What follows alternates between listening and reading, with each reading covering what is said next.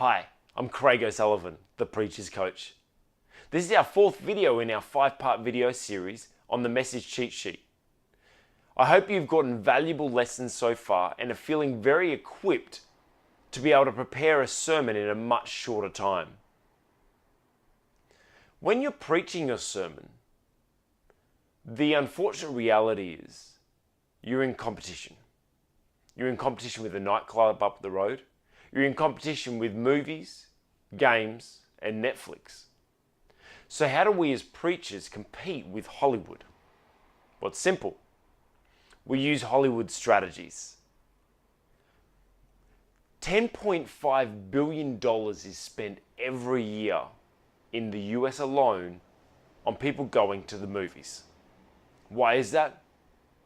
Because we love stories. The story is the key thing that attracts people to a movie. And that's one of Hollywood's greatest secrets. So, how do we best use stories in our sermons to make sure we engage our audience and keep them coming back? Dr. Kreutz, a psychologist, got a group of children together and gave them words to remember. To half the group, he gave a list of words.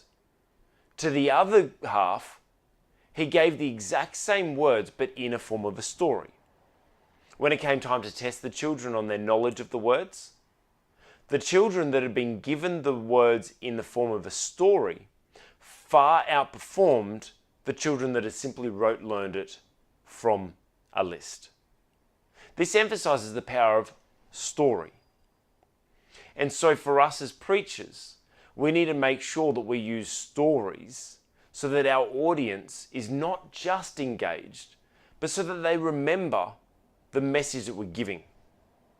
Phil Pringle is one of the greatest storytellers on the planet. He can take a normal trip to the shops and turn it into an edge-of-your-seat thriller. I remember he shared a story about when he got a disobedient puppy and had to get it trained by a professional dog trainer.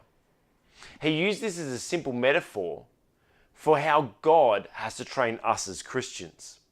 This is one powerful way of using stories as a metaphor. But what stories do we include to have the greatest impact?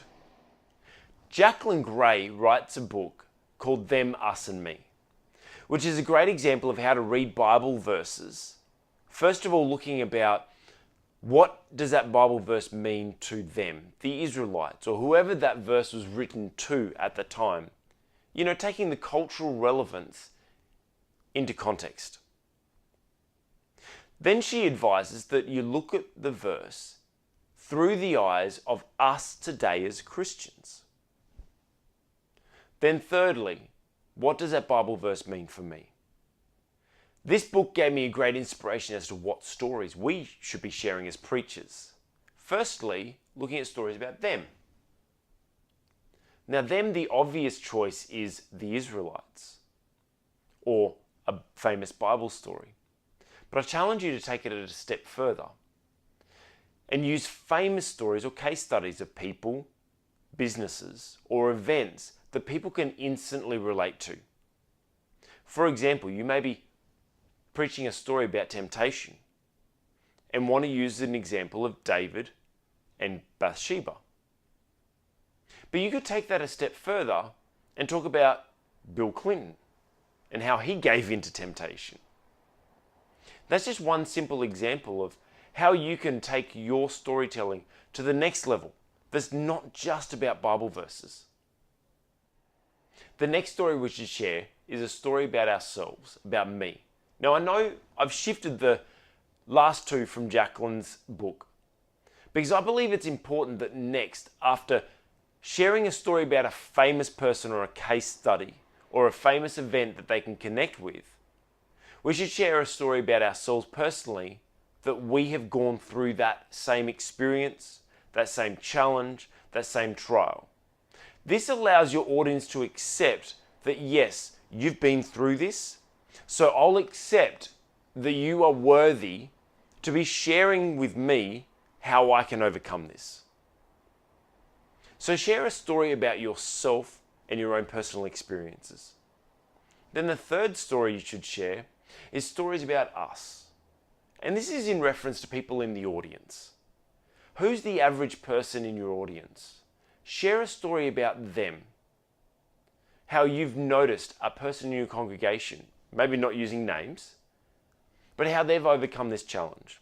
Or someone who you've pastored through this issue. This enables them to connect with it on a personal basis and have the acceptance that they can achieve this too. If that person can overcome it, maybe I can too. Stories are one of the greatest tools to be able to have people connect with your message. I mean, the greatest preacher on the planet, Jesus, used stories, his parables. And why did he do this? He said, because some have ears but do not hear. There's some people in your audience that just are not ready to receive the Word of God yet. But you still want to entertain them and engage them during that process. So telling stories will enable them to connect with your message. Maybe not on that deep spiritual level, but at least be engaged enough that they'll keep coming back. And then eventually, hopefully they will respond to the Word of God. So to compete with Hollywood and have people remember your message and have them engaged and wanting to come back each week, use stories. This video, I've only been able to share with you briefly the types of stories in which you can use. But in our Parabology Preachers Workshop, we teach you how to use stories powerfully, using strategies used by Hollywood scriptwriters to make sure that your story engages, builds atmosphere, and gets people drawn in emotionally to be able to connect with your message easier.